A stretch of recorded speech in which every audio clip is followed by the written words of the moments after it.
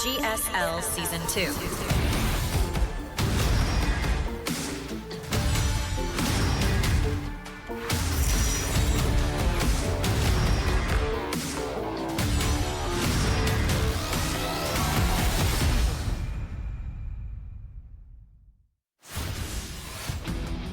Welcome back, everybody. Today has kicked ass. We've had some amazing games. Three best of threes in a row that were amazing. This next one, I'm curious what it's going to look like.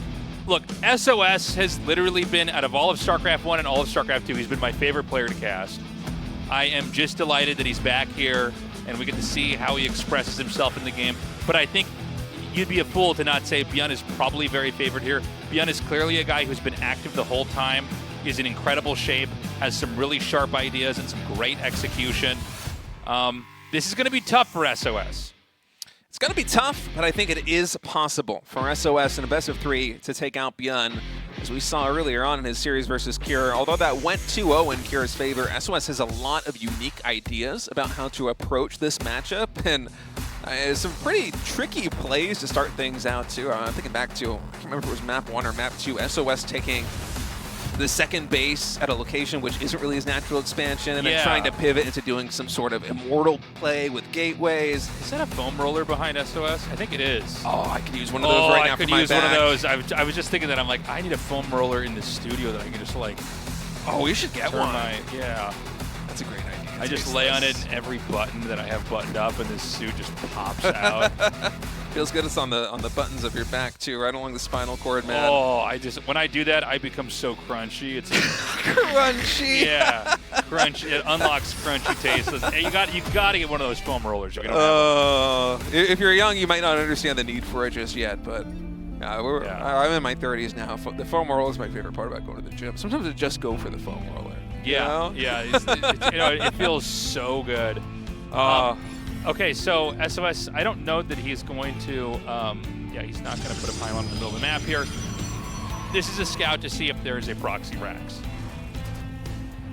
Yeah, a lot of players like to go for this super fast scout. I know that Hero is one of the ones that come to mind first and foremost for players who just immediately pull one of the 12 starting workers and send it cross map, because usually you can get a little bit of idle time forced on the Terran side of the map. I mean, they kind of always need to have one SCV chasing the probe, which mitigates a lot of the economic damage done indirectly by pulling a probe and having one less starting worker mining.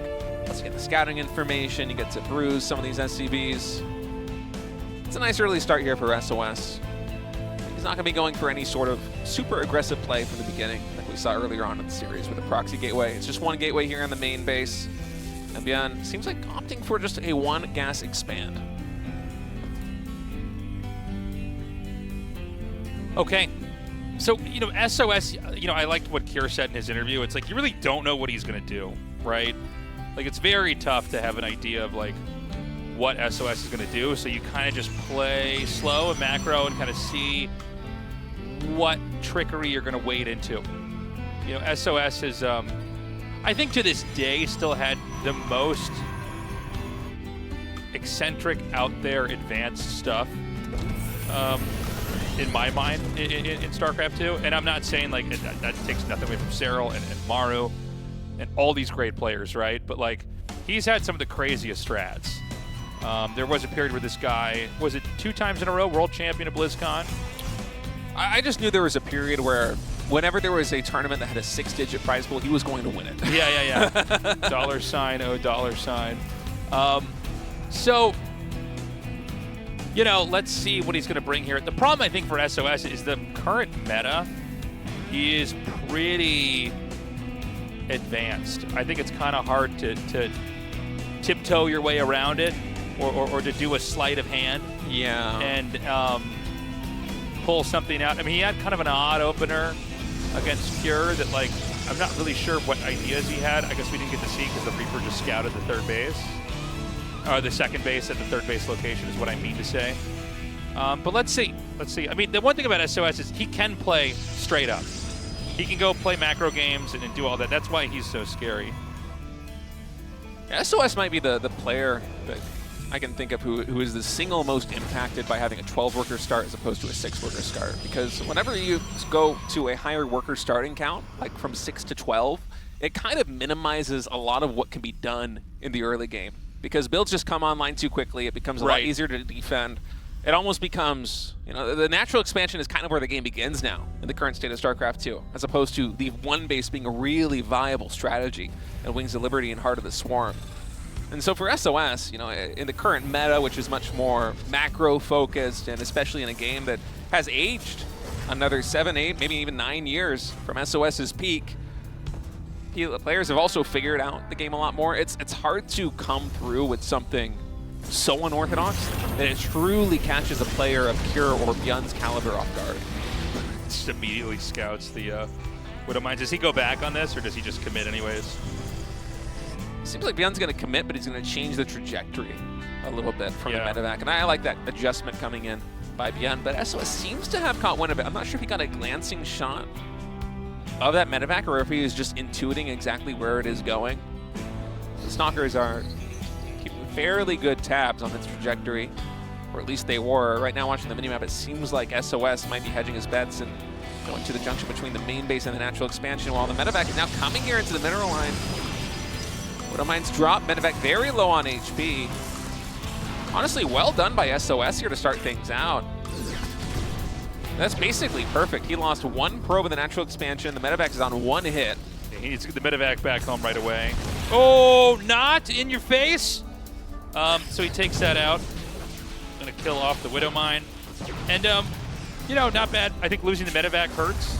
This is, by the way, sorry, was there no third CC? No third CC? There was not. Dude, that's so funny. I've seen so many third CCs. I actually had already decided he had done that. So it's going to be a 2-base push. Now, losing the medevac hurts because that's 1 less heal. SOS is going to run across the map here. He's going to scout this with the hallucinated Phoenix and see, okay, I need to brace for impact. Oh, Stim just got started. There are some Marines here on the high ground, but the siege tank just now finished. SOS not going for the tech lab, instead going for the lower HP add-on, the one constructing on the medevac. Still a very valuable pickoff. Nice instant cancel there.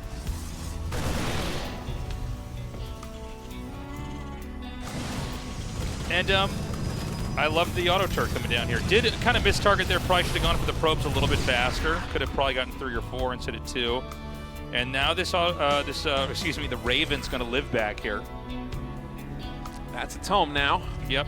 We're going to park there until probably the push commences on the front of SOS. And SOS, with charge nearing completion, is going to throw down to 4 more gateways and a Templar Archives. Now, with only 3 gas, I don't think this is going to be for Storm. I think SOS just wants to make his army a little bit beefier by being able to focus more on spending the minerals onto Zealots and still being able to efficiently spend the gas on something strong and sturdy such as Archons. Yeah, I think it's going to be a couple of Archons here. And this is going to be one of those things like, this is meant to smash the push.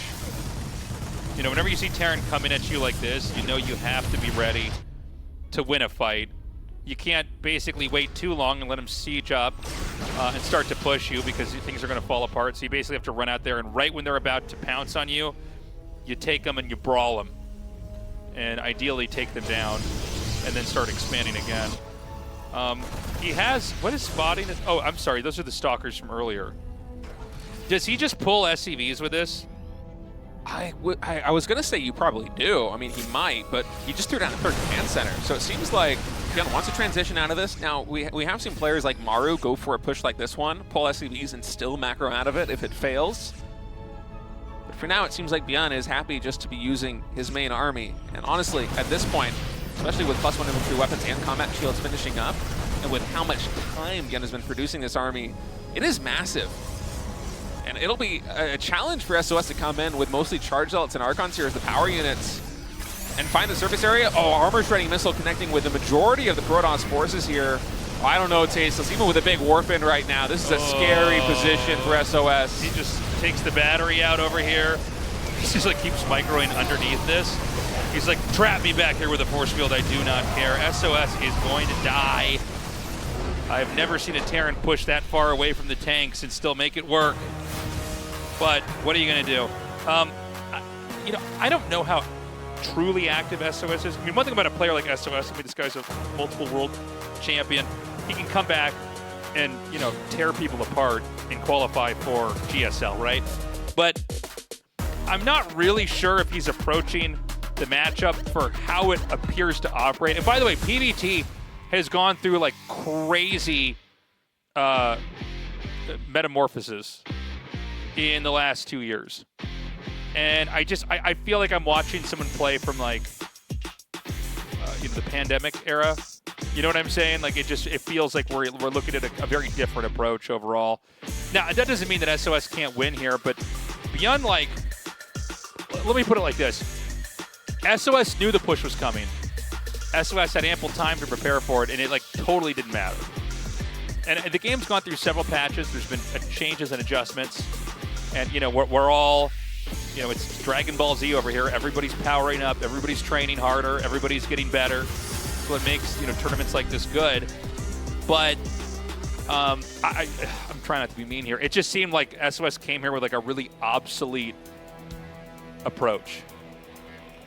Yeah, I wonder if, because SOS beat a lot of very good Terrans to get here, and now he's been mostly playing PBT. He played versus Kira, now he's playing versus ByuN.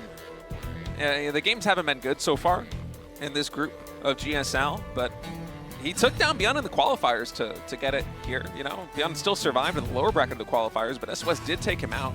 SOS also defeated Bunny, and so I wonder if it's not just that his style is a little bit dated, but I wonder if it's that now that people know they're playing against SOS, they can look into his styles and see where he is the least well-rounded. And perhaps that is some builds like timing attacks, such as ByuN did, with a +1 infantry weapons, a long build-up time, so the Charge Zealot Archon style isn't quite as good as a response. Or as Kira just going for an absolute exhaust play. Because it seems like SOS, if you just play him in kind of a one-day tournament, you don't know he's going to be your opponent, you don't have the time to prepare for it. Okay, this is weird. How did that get up before the eBay? It's an 18 Nexus. Oh, that's so why. SOS Okay. actually cut one probe to do it, and it's also a Nexus before core. Actually, a Nexus even before gas. Okay, Yeah, wait, yeah, this yeah, is a build. This is a build that Parting used to do at the beginning of Wings of Liberty, more or less. Although I think that was a 17 Nexus 17 gas. I mean, this is like 10 years so ago. Weird, yeah. Yeah. You mean Legacy of the Void, right? Wings Yeah, of the Liberty very. was- Oh, yeah. I'm sorry. The very beginning of Legacy of the Void. Yeah, this is an ancient build. He's bringing back the builds of the ancients. I feel like SOS is one of the ancients. It makes sense. Yeah, I feel like when Parting used to do this like 10 years ago, you would go for this super fast Nexus and he would basically only make Stalkers. And this is when Parting was one of the first players to like ever go for the super fast third base in PBT with just Blink Stalkers as a backup.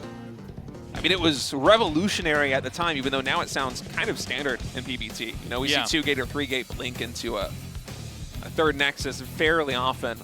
Back then it was 1-gate Blink into a third base. But yeah, that's a real throwback build. Gasless, 18 Nexus. Okay. Double racks here. This is the concussive shell build. What is ByuN's like shaking his head, or I don't know what happened back there. Something happened. Although we're not going to know what that is, but he's going to continue to make the concussive shell. We're getting 2 more gates here. Terran, by the way, is getting 2 more racks here, so both sides are, not be trying to dive into a third base. Oh, that was funny. So he's going to shade it over there and just go for the recall. I think we're going to have a hallucinated Phoenix Scout. By the way, this is not that common to do. The concussive shell build, you mean? I meant, just getting a Sentry and hallucinated Phoenix right away. That people don't do this as much anymore. It's much more common to just go Blink into Robo. Again, it's not right or wrong, but it's like, are you playing what the meta and the top of the ladder are doing? Or are you kind of doing something from a different time? Sometimes it's good to bring out old builds, by the way. Oh, for sure. Sometimes you would be amazed the success those have. It's like, oh, that's an old idea, but it works against a new idea. So SOS is going to go for the third Nexus before Twilight Council, I think. There's 3 gateways and a third, and the extra gateways were mostly in response to seeing concussive shell.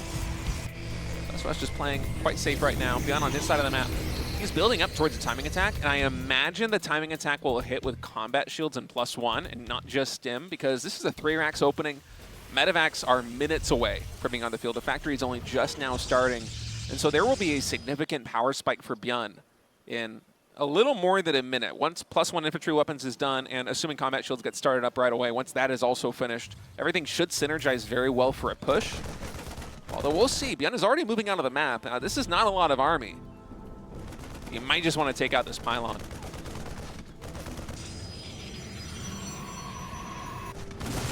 Yeah, so he's going to spot the pylon up here. I don't know what the plans were with this. Certainly doesn't feel like you can attack someone who's going concussive shell. I'm curious. Well, hold on a second. He's going to... I think, again, ByuN kind of seems to be just going for a punchy style here. You know, this is a different 2-base timing that has a different... You know, these units have a different synergy together, but, you know, the concussive shell can be very brutal.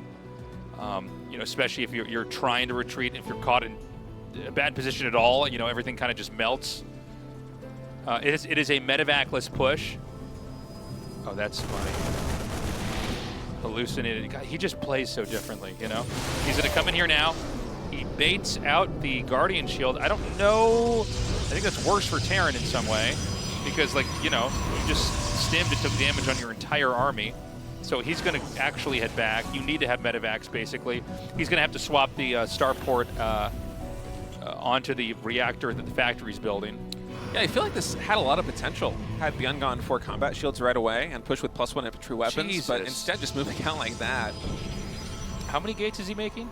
That's a lot, Tasteless. He's got 2 at the natural. I believe he's going up into 8. I think it just looks ridiculous. It's more than 8. I think there's 2 gateways at the natural, right? Well, he had 3 before. He's making 5 more now. I don't know if he made any in between. I think it just looks ridiculous because usually you see the Protoss players typically like trickle out 2 gateways at a time. Yeah. And SOS just throwing down all 5 right now, the moment that it pushes over, because he knows that he doesn't need to spend minerals warping an army or anything. He can just invest everything into the infrastructure. So the 8 gateways are coming online super quick. Certainly is unusual. Okay. We are going to see the push come up and hit. There is a warp prism with this guy. I feel like they're both getting ready to attack into each other, which is kind of funny. I don't know about split pushing here for ByuN, or like dropping here and trying to hit somewhere else. I feel like the Protoss is going to have just this overwhelming amount. You're right, that's 5 gates. For some reason, I thought that was way more. Yeah, it's a very funny timing to have 5 gateways built all at once. ByuN dropping into the natural expansion. I'm not actually sure whether Blink is done yet. I think this might be charge first with no Blink as of yet. I think it's Blinkless. And that's going to make dealing with dropships like this a lot more annoying here for SOS. He needs to sequester so many forces in the natural expansion just because he can't get on top of it that quickly. And that might open up an opportunity for ByuN to attack into the 3rd base. This is going... Oh, he's going to drop in here again. But he's sending his army back on the other side of the map, which is odd. He's going to kill Stalkers. And I don't... Can that actually hide over there between those 2? I think it barely can. Yeah, I think... Maybe 2 medevacs wouldn't be able to, but I think 1 certainly can. Okay, gotta be careful. I don't know about how this game's gone for ByuN so far. I feel like he's had kind of weird engagements that like Protoss is happy to trade. You know, if you're killing off medevacs and Marines, like you don't really care as long as you're not losing probes. Oh, now this is a funny moment. Both armies passing through the center of the map. None the wiser that their opponent is doing the same. So now there's no target here for SOS. There's no 3rd base, so if he hits this, I think he's going to lose because there's Widow Mines here. Oh my God. And the Terran army can get on top of the production so much faster, but SOS going to be pushing here into the natural expansion of ByuN. Widow Mines get huge shots on the Zealots. We have another big warp in into the main base. ByuN now going into the center. There are only 3 pylons powering the majority of the gateways here. Blink gets denied. Forge upgrade gets denied. This is a very base trading situation. SOS does have the larger army, though. Not having Blink, I think, is one of the critical problems here for SOS. So Terran has 11 SCVs. He's pulled them. Protoss, I mean, so where can ByuN go now? I mean, the 1 functional base is at 12, right? so funny. Yeah, the base isn't at 12, but I'm not sure how useful it is right now. This is a weird situation. I mean, as ByuN, I guess you do want to make sure that you take on every single Nexus, but SOS is soon going to be so supply blocked he won't be able to do very much, right? So SOS is going to go throw a Nexus down in the natural and basically try to camp it out. The command centers can float to safety. Wow, he takes out the mines. Oh, that's huge for SOS. Does he not know about 12? It's much more important, I think, to make sure. Yeah. Oh, he's going to catch this army. Oh my God! You can't lose this SOS. No! That positioning was so unfortunate. I was going to say, I think it's much more important that you just make sure that the Twilight Council and the Forge are not getting powered up. Right. As opposed to just like 4 or 5 probes mining from another base. So he's going to go to the bottom left because why take out the Nexus when you can't make anything right now? Barracks are going to land. ByuN, by the way, does have minerals, does have supply to produce. I like SOS adding in all the static defense, but the problem is it doesn't synergize with his army very well. He's mostly got Zealots. He has Stalkers without Blink. Should this be moved further back? I just feel like you want to have it. Yeah, I was going to say this creates a bottleneck. Okay, probes are taking damage here. I guess the reality is he's going to get a few more Marines out. He can then lift this off. Once that Nexus finishes, energy recharge on these sentries can be very useful. Ooh! Oh, excellent force fields by SOS! Dude, that was crazy. I don't think the barracks should have been landed there. Yeah. You want to keep a big, wide area open on that side. Yeah, you're right. He created like an angle where he's like, oh, now I just get owned by force fields. Man, I thought when that base trade began, I thought SOS was down for the count. I thought ByuN was going to win it. He already had Widow Mines in the natural expansion. There was a bunker set up. There were a considerable number of bio units that were already rallied to the natural. But SOS was able to get just enough out of his gateways before they were unpowered. But he actually had a considerable army. And then catching the Widow Mines, then being able to really force ByuN's hand by building a Nexus on ByuN's side of the map with photon cannons, with shield batteries. It didn't matter that he didn't have Blink or Forge upgrades, that his army was mostly Zealots. SOS had just enough, and now we are all tied up. And I'm glad SOS got one on the board, honestly. Yeah, this is exciting. I mean, hey, this guy knows how to win. Unusual base trade. I think SOS handled it really well. I got a little scared when I saw the Zealots and the Stalkers get killed off back there. I thought, oh no.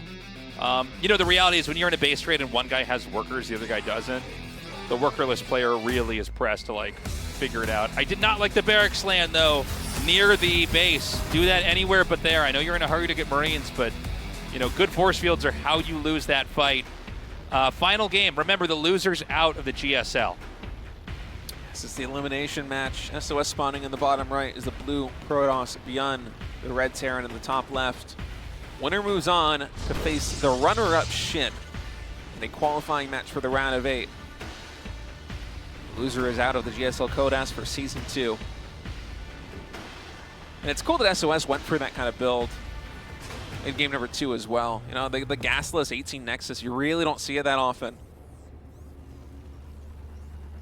The way that he was able to transition it into a very normal looking game despite going for 3 gates before Twilight Council, which again, you hardly ever see, I think.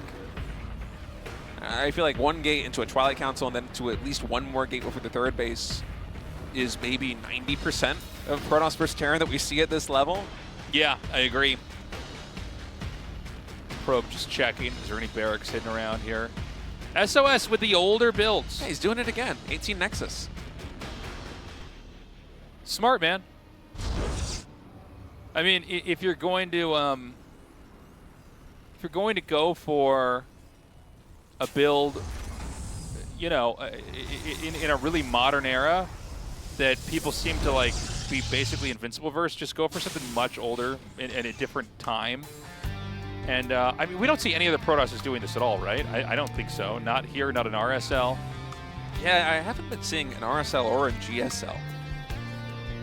And this is, it's not like it's new knowledge. This is a variant of a build that's been around maybe a decade plus. I mean, Legacy of the Void, it's about as old as Legacy of the Void. You know, but you just don't see it very often in modern PvT. It's about as greedy as builds get in this matchup with the very fast Nexus and delayed mining of gas, the no scout that comes through, or at least the delayed scout for SOS. But if you aren't punished for it, it can transpose really nicely into a mid game.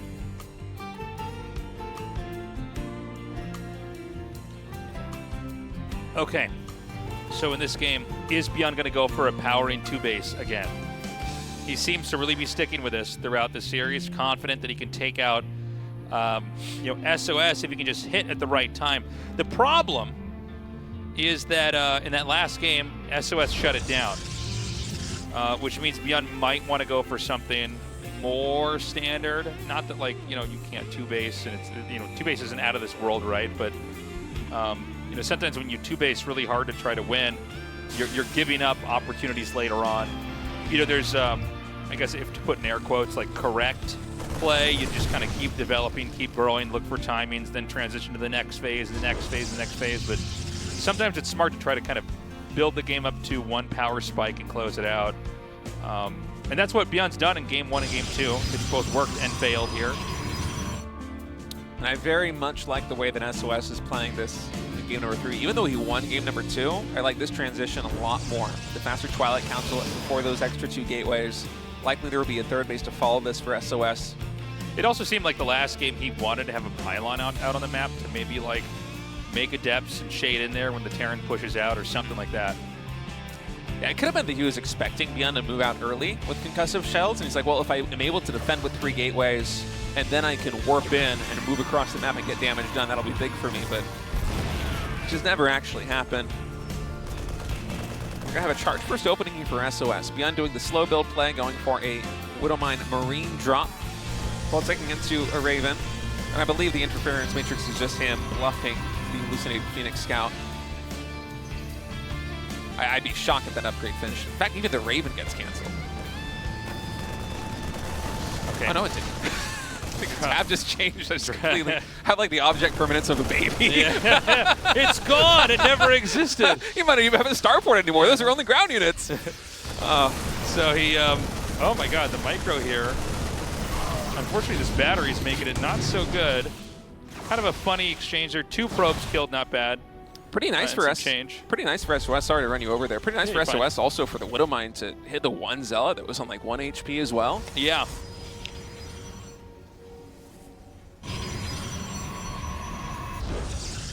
And now, it's going to be that same 2-basing. I'm so interested that ByuN's doing this. Now, ByuN might also think that there are other Protosses in the tournament. ByuN, by the way, almost got to round 4 last season. ByuN's looked extremely strong.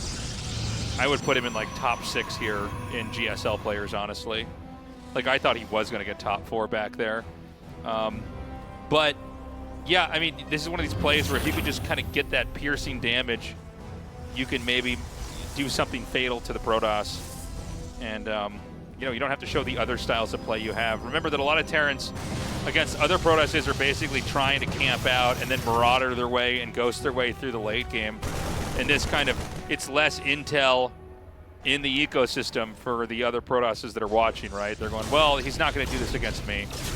And again, maybe I'm wrong. Maybe he does this later on in the season. I'm happy to eat my words, but I'm looking at this, and this is a very specific play style versus a player I think ByuN perceives that he's stronger than. Now, this could blow up in his face, and he could lose very well. So we'll see if this is the right way to play or not. Yeah, and ByuN is, I think, running back the game that he played in Game number 1. This build looks basically identical. We have the 3 barracks here in the main base. There's no 3rd command center. The siege tanks are already out on the map, and ByuN is angling towards a timing attack that should hit in about a minute or so. Once combat shields and infantry weapons +1 are both done, and that just completely toppled SOS at the previous game. But this time it's going to be a little bit different. SOS is already going into splash damage. I feel like the economic development of SOS has been significantly faster in this game as well. So he should be able to muster up more forces than he did in Game number 1. And SOS also notably scouts the move out of ByuN, and he's buying himself valuable time dropping these Zealots in the main base. Okay, not bad. The drop over here, I don't even know if SOS has realized it yet. He pulls away at the last second. It's funny, he's going to take out that pylon. Okay, ooh. SOS, oh, he loses the Warp Prism. The whole counterattack potential is gone.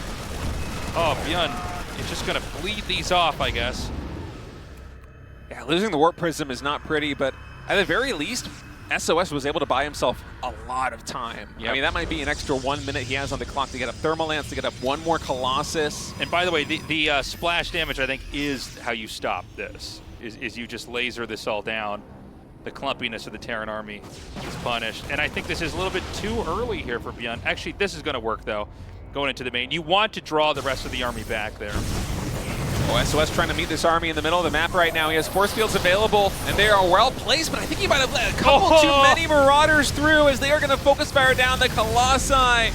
Oh, SOS with a big smile. I think he knows that that was a moment that he wishes he could take back. Saw those auto turrets go behind the Colossus. Like, no, I am absolutely killing this. I think the game's over now. SOS lost the definitive tech. He was not paired with his army. GG. ByuN is moving on to that final match here for the round of 12. Yeah, and SOS is knocked out of the round of 12, but it was really good to see him again. This is one of the greatest players in StarCraft 2 history, and he's shown that he can absolutely still hang with players like here, with players like ByuN. He's gotten here to the Codas once again. I hope we see him again in future seasons. Yeah, I mean, it was cool that he made it this far, but I mean, this is a tough group, and honestly, ByuN played a lot better. ByuN able to rely on the 2-base pushes all the way to the end here. Yeah, really well played there by ByuN, just knowing exactly what he has to do to beat SOS, and he's going to be advancing into the final match of the day versus SHIN, the runner-up from the previous season, and the player who actually denied ByuN an entrance into the round of 4. All right, guys, we're taking a break. When we come back, the final best of 3 of the evening.